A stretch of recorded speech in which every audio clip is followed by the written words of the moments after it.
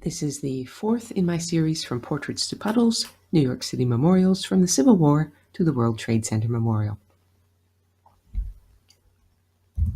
We are looking next at the East Coast Memorial. To reach it, if you're at the Dewey Memorial, walk east away from Castle Clinton on the sidewalk along the water that is officially known as the Admiral George Dewey Promenade. When you reach Gangway 3, you'll see 4 pairs of enormous granite slabs on your left. Towering behind the slabs to the north is an 18-foot tall bronze eagle on a 6-foot pedestal. The East Coast Memorial honors over 4,600 servicemen who died in the Atlantic during World War II. On the 8 slabs are the name, rank, branch of the armed service, and home state of every single one. The eagle is sweeping down to place a wreath on a wave.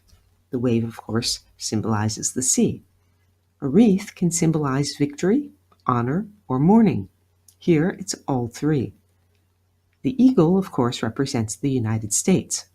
So this bronze shows the United States honoring and mourning Americans who were lost at sea. All these symbols are pretty common. They're not obscure. They're not difficult to interpret. Normally, animals are less expressive than human figures, but this bronze eagle fairly shouts a message. Its wings, beak, and talons all slant in the same direction. Its feathers are reduced to a few stylized lines that also emphasize the speed of its dive. And look at its eyes, especially from the front. I don't actually know if eagles express emotion with their eyes, but this one has scowling brows that give it a very human ferocity. This eagle's ferocity and single-minded motion imply that although those who erected the monument are mourning, they're not wallowing in despair.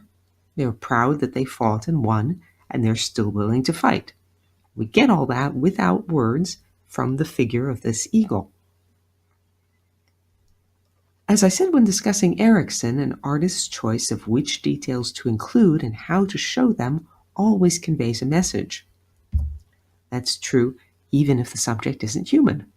For example, in front of the nearby customs house, there's a fluffy eagle snuggling up to the figure of America and nibbling at the corn in her lap. If that eagle were on the East Coast Memorial, the United States would be shown symbolically as tame and timid. In contrast, the East Coast Memorial's eagle is fierce and intent.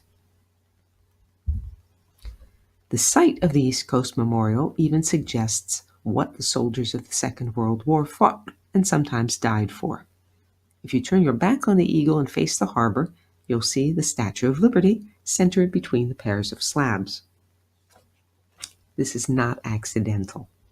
We have rules and regulations and public hearings in New York City that are guaranteed to prevent such things happening by mere serendipity.